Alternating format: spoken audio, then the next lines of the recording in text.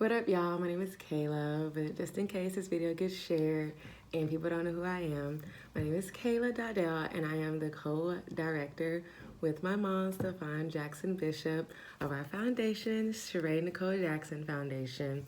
And I talk a lot about on Facebook what my foundation is and what we do for the people, but I never really explain why this foundation means so much to me, so much to me. So this is my story, and I'm gonna tell it to you guys. So in 1995, my sister Sheree Nicole Jackson was born to my mother and my stepfather at the time, Albert Jackson, and she was everything. I was like the perfect big sister. You couldn't not tell me if I did something wrong, because in her eyes I did everything right.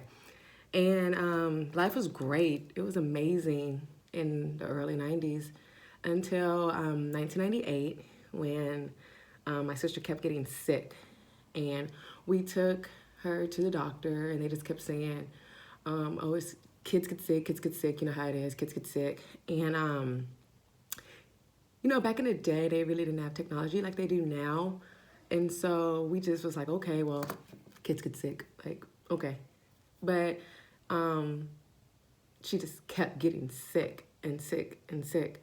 And so my mom took her to some more doctors, and one doctor looked at my sister and said, your child has cancer. I can tell off the bat your child's sick. And so my mom didn't believe it. So she went to another doctor. The doctor said the same thing. She went to another doctor. The doctor said the same thing. And at this time, I'm from Wichita, Kansas, a little small city where everybody know everybody. And technology in the early 90s and small cities was just not built up the way it is now. And so once we realized that my sister did indeed have cancer, stage 4 neuroblastoma cancer, it was just a matter of really time, So she was amazing, super, super smart, everything, an angel. She really was an angel before she became an angel. You know what I'm saying? And my sister lost her battle September 9th, 99. 9 is not a good number for me. And I was 8 years old when my sister died. And normally when I say it, it doesn't bother me. But I've never just flat out told my story before. And so I don't know why. I'm crying now. But it was hard. It was so hard. I shut down. I became depressed. I was lost. My mother was lost. And my mother actually, she was kind of lost during my whole sister's battle. Her and my stepfather, they got a divorce in the midst of my sister going through chemo, radiation, hospital visits, all that. My mother put all her devotion into Sheree, and that focus on Sheree made her lose her job, made us lose our house. We had to move in with my grandmother back in 1998, and my mom moved to Texas and left me in Kansas, so that way my sister can get better treatment. And she stayed in, it's not really a halfway house, but it's called the Ronald McDonald House, and they basically is a in-house support system for families who are visiting out of town or who live out of town, but their children are in hospitals in a different state. And my mom stayed there because she didn't have nowhere else to stay, and they took great care of us. I stayed with her one summer. I came down in 1998, and I stayed with my mom at the Ronald McDonald House.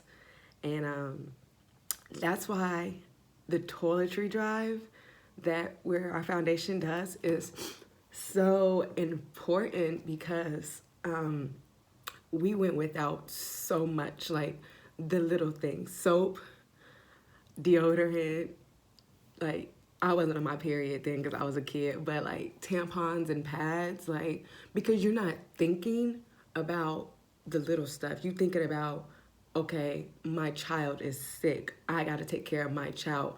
I got to do whatever it is for my child. I don't care about lotion in my body today. I can walk around ashy because I got to take care of my kid. I got to make sure my kid is okay. Not just that kid that's in the hospital, but my other kid, my well kid, I got to make sure she's okay. She's doing her schoolwork. She's still having a normal life. But in actuality, it wasn't a normal life. It was not a normal childhood at all. It started out perfect, and it did not. It was just hard. So when my sister lost her battle, she told us right before she passed that don't forget about us. So we didn't forget about her. We made this foundation in memory of my sister, and it's to help other families that are struggling with bills like we were, didn't have a place to live like we did, have kids that are not sick, but still you need help with little things like keeping the lights on at the house for them or putting food in the refrigerator for them. The little things that we forget about, we help with counseling to try to keep families together because, like, to be honest, like, if my sister wasn't sick, my mom and my stepdad, they probably could have like worked through their problems, but it was just so much when a kid is sick. Like when an adult's sick, it's different because they're an adult, but when a kid's sick, they're already helpless and now they're like extra helpless. And so like our foundation offers counseling to try to help keep families together, keep families strong, keep families prayed up. We offer shuttle rides to near churches so that way you can just get some kind of worship, some kind of like spirituality like into your life to help you overcome these demons that the devil has possessed on your bodies. And that's why this foundation is so important to me because I lived it. My mama lived it. We still live in it. Like in 2010, I was 18 years old and me and my mom was living in Texas. It's just me and her now. We ended up moving to Texas after my sister passed away. And my mom had went out to eat Jamaican food one day. Just normal. Like, if anybody knows my mama, they know the blonde head, red bone, like, she always on the go, social hostess, like, that. She was just that chick, and she still is that chick. But, like, she's everything. And so in 2010, she went out with her friends to eat some Jamaican food. It's her first time eating Jamaican food. And she came home and she was just feeling real sick or whatever. So she thought it was the Jamaican food. And so she was just like vomiting and throwing up a lot. But she was just, and I was, 18 years old. I was in school, college. But I still like did things with my friends. And so I was like, Mom, I'm going bowling or whatever. And so she was like, okay, well, I'm just gonna lay in the bed 'cause I'm not feeling really good. I'm just real sick. So I was like, okay, cool. So I'll go out bowling. I was like, I'll call and check on you later or whatever. And she was like, okay, have fun. So while I'm bowling, all of a sudden, just something came over me. And I used to say something, I just said something, but now I'm gonna correct it. It wasn't something, it was a spirit, an angel, my sister, like that kind of something, told me, Kayla, go home. And so in the middle of our bowling game, in the middle out with my friends and my old coworkers, I was just like, hey, y'all, I'll be right back. I just got to go check on my mom. She hasn't been feeling good all day. And I just want to go check on her or whatever. And so they were like, okay, cool. We'll see you when you get back or whatever. We'll just keep bowling your turn until you get back. I was like, bet. And so I go home and I see my mom. I walk in the house, I call her name, she don't answer. I see my mom laid out in the middle of the hallway. And so I'm just like, this is not good. And so I like pick her up and I put her in my car, my little hoopty back in the day. And I put her in my car and we drive to the closest hospital. And I'm 18. I don't know like anything about insurance or anything about what I'm supposed to give the hospital at check-in or whatever. All I know is my mom is sick. Y'all need to fix her. That's all I know. And so I told her what happened, told the hospital what happened. They're like, okay, well, we're going to roll her in the back. And so they came back and told me, I just sat in the waiting room. They came back and told me, and it was like, your mom has a busted appendix. And so I was like, okay, I still don't really know what that is. And they were just like, it's going to take like a 45-minute surgery. It's not going to take that long. And so I was like, okay, I'll just wait in the waiting room. Like, no worries. 45 minutes turned into 4.5 hours. Nobody came and talked to me. Nobody came and checked on me. Nobody told me what the status of my mom was. Like, nothing. Like, I sent my mom to the hospital. I'm in the waiting room, and I don't hear anything for almost 5 hours. And I'm like wide awake. I didn't even go to sleep. I didn't do nothing. I'm just like waiting. Eventually, a doctor comes out, Dr. Carrie, and sorry, y'all, get it together. Okay, so Carrie comes out and she takes me to see my mom finally. So I'm super excited. Like, I get to see my mom finally. I don't know what the hell is going on, but I'm glad y'all figured it out. And when my mom woke up, she told me that her appendix busted. Sorry.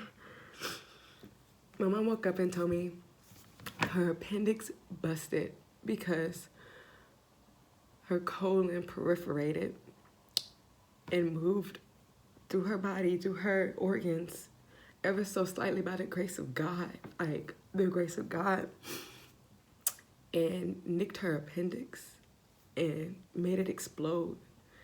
And everyone knows now everyone knows the appendix is not really an organ that you need in your body. So when it explodes, it's a big deal to get the toxins out, but you don't really need it to survive. And so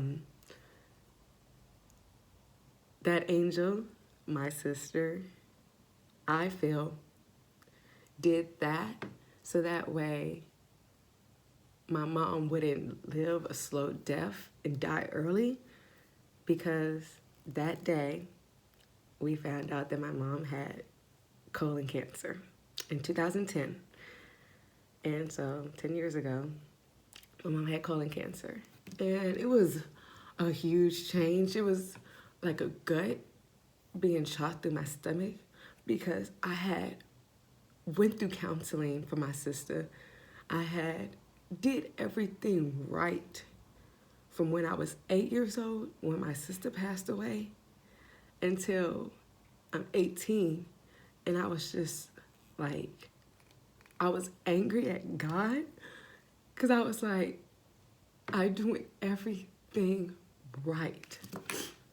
Like, I'm doing everything right. You already took away my sister, God. Now you finna take away my mama? Like, that's what I was thinking. And so I'm like, damn, what else? Like, you know? But my mom was strong, super strong. So that was a hard year. I had to figure out everything. I had to grow up quick, real quick. I had to become the mother, because my mother was the daughter at that moment. I had to become her provider. I had to become her caregiver. I had to become everything for my mother at age 18, when I'm supposed to be living my life. And I'm not complaining or nothing, because it was amazing. Like, it was amazing, but those past 10 years, like, I've learned so much. So then my mom finishes the chemo. Doctor says everything's great. We're like, yes, we didn't beat it, but it ain't there no more. So then living our life. I'm now at TWU, turning up, having fun. In college or university now. I was in college then, now I'm in university. And my mom tells me at the doctor, found something, like, just her count was abnormal. Her, like, cell count was abnormal. And so she went to the doctor to get another checkup to make sure the cancer didn't come back for real. And 2012, 2 years later, or I was 4, 2 years later, like my mom got diagnosed again, but this time in her ovaries. And I was like, how is, like, just confused. How is it first colon cancer and now it's ovarian cancer? Like, can it jump like that? And it was like, yeah, it can jump like that. And so, once again, here I am, being the caregiver, being everything that a 21-year-old don't want to be. Everything a 21-year-old don't want to be. I left my apartment in Denton, Texas, and I moved back home with my mom so that way I can be there for her, like, in-house. And 2010 and 2012, remember I said my mama was, the social hostess, party, blonde hair, like, you know her, like, you see all around. Hardly nobody, all those people that my mama helped back in the day with events, she throws parties to make them feel happy, make them escape from their own demons, and she fighting a demon her damn self, and nobody wanted to help. Like, it was just me by myself. The men my mama dated, gone, they left. Oh, you got cancer? Oh, let me get out of here. Like, I just didn't get it.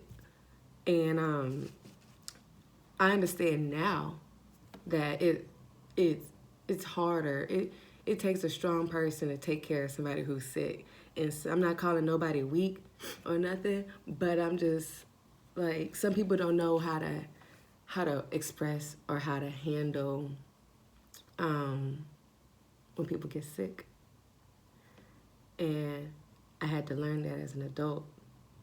Because back then I was like, where the hell are these people that that's your friends and they not in here helping you?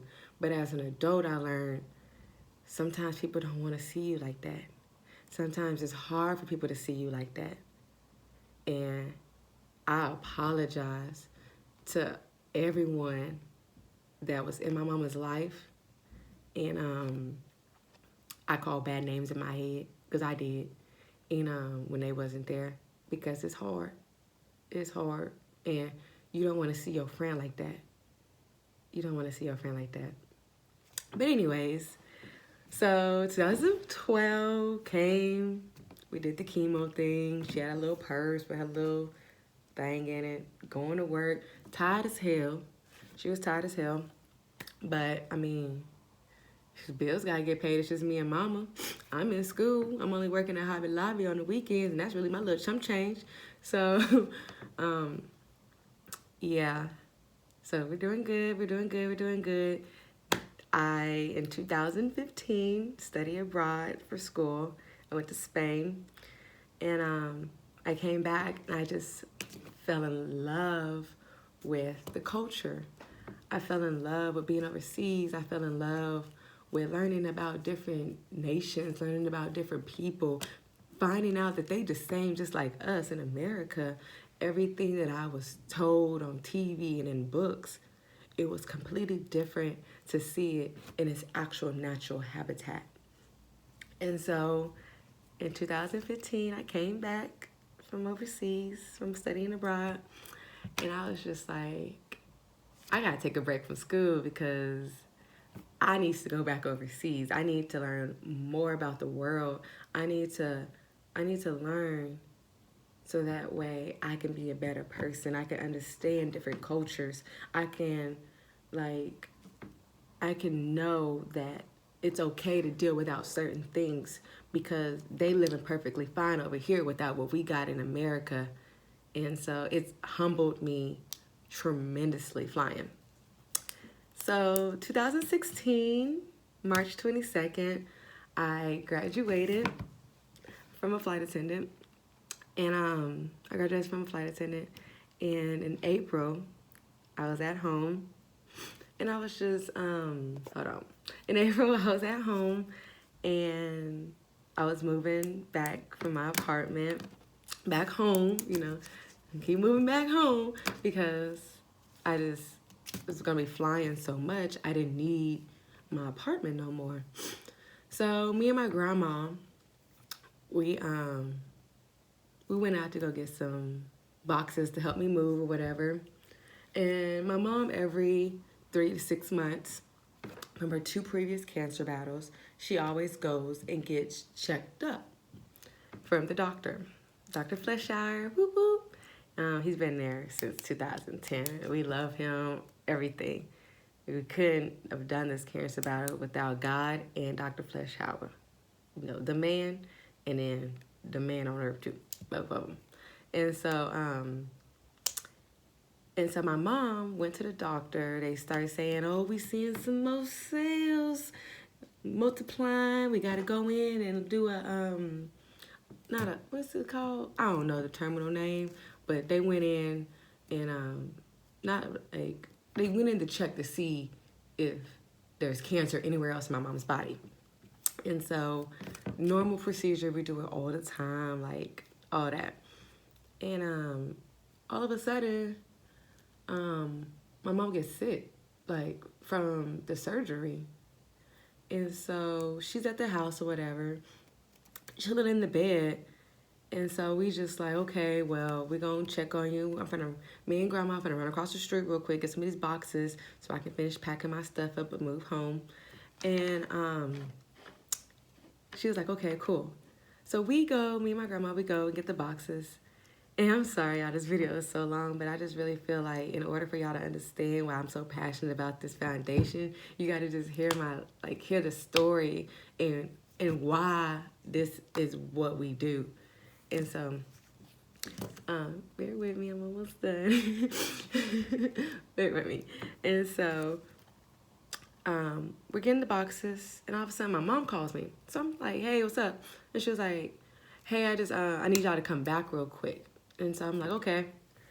And so I come back to the house, and I walk in the house, and it's just like this eerie feeling, like real eerie. I didn't like it. And I walk down the hallway, and in the bathroom, I just see blood everywhere, and my mom on the ground, looking like a dead body. Dead ass serious, looking like a dead body. I screamed to my grandma, get out. Like, I did not want my grandma to see that scene, like, at all. I tell my grandma, go outside and call 911. Go, like, go. She's like, what happened? Go outside and call 911. I got it. And so, in my flight attendant training, we learn all about first aid and firefighting skills and how to take care of people who are sick when they get in the air. I would have never thought in a million years that I would have had to use what I learned at my training for my job 2 weeks later on my mama. It looked like a murder scene in the bathroom, like a murder scene. It took weeks for me and my mother to go back into our restroom, to use the restroom, to bathe, to brush our teeth, because it was just that scary. I went into straight, like, save my mama mode. I put her in a certain position because she was throwing up blood still. Her eyes was going out black. Her lips was blue. And it was just bad. It was bad. So she was in and out of consciousness, and so I kept talking to her, asking her questions. What color is the sky? What's my name? what's your daughter's name? What's the dog's name? Like, it's things that she ain't really got to think about.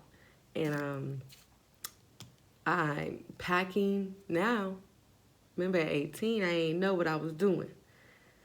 And now I was 25. I was 25. I went in her room. I got her bags. I got her insurance cards.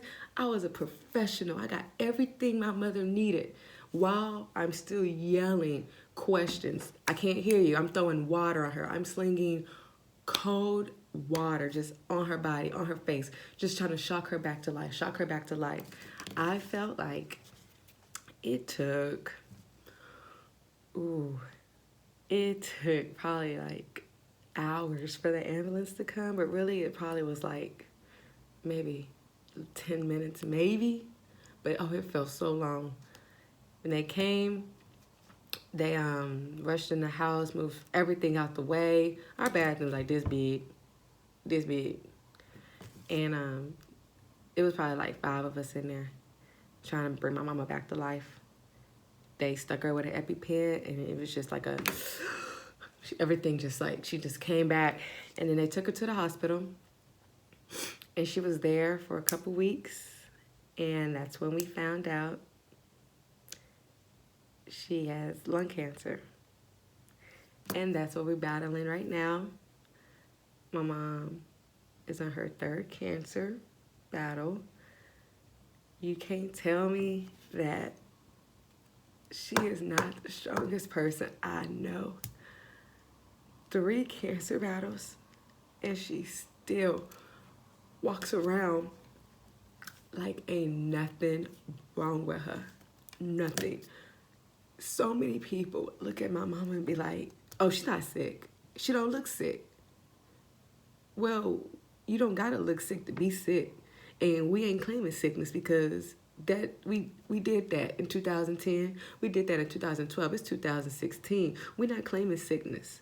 We're not letting that come over here and engulf our body. Yeah, I may have something in my body, but I'm not claiming that. And that's how we had to think about it. And that's why to this day, my mom is still, because she's still fighting that cancer battle. Don't let it fool y'all. We still in the thick of it. But we don't let it overcome us. We living past that diagnosis. We healed. She's healed. I'm healed. Like all that. I was about to quit my job once I found out she got diagnosed again, because I was like, well, let me put my boots on, because it's time for me to be caregiver again. And that's when my stepdad now, Ken, came in the pictures, and he came in where she was like bad, like her worst. And he helped her out. He helped me out. They still working through it. Like, it ain't easy. It is not easy at all, especially someone coming in on someone's 3rd cancer battle, trying to help. And I tell my mom that all the time, like, you got to take your time with him. It took time with me to learn how you operate through your sickness. It's going to take time with him. 2016's cancer battle, we got way more help. I got my friends that support us so hard. I got my coworkers that support me so hard. I got people who don't even know me that support me so hard with my mama. And my mom has a close group of friends now that she didn't have in 2012. She didn't have in 2010 that support her. And we're doing good. So fast forward to 2019, last year, September 9th, 2019 is when we launched our website for the C&J Foundation, my sister's 20th, or however it looks on the screen. My sister's 20th anniversary of when she became an angel and got her wings. And we launched our website, we launched our foundation, we started going hard. We start putting in the steps to make sure that my sister's not forgotten and these families aren't either. Like, yeah, people help the children, people help with the research, but ain't nobody helping the families. But we're here to help the families. And we a real small organization right now, but I serve a bigger God, and he sees our dreams, and he sees our passion, he sees our drive, and he sees our dedication, and he gonna make this just blossom and bloom and grow, and just because he sees how much we dedicated to it. He sees how much I'm dedicated to it. I've never had more passion about something in my life. In my 28 years, about to be 29 next month, years of experience of life, I've never been more driven. I've never been more passionate about my C&J Foundation with my mother. And I just want to thank everybody who prays for us, who donates to our foundation, who shares our posts, who mentions our posts, who asks about our posts. And I just want to thank everyone. And please, please, please check us out on our website and see what we're doing and see how you can help. And everything that I've been through, I am so grateful that I've been through it. And I thank God that I've been through it. I just so appreciative. It's made me such a stronger person. Such a stronger person. It's made me love more, love harder. It's made me strive harder. Just everything. And that's my story, guys. I love you, and I hope you watch the full thing and share it and love it.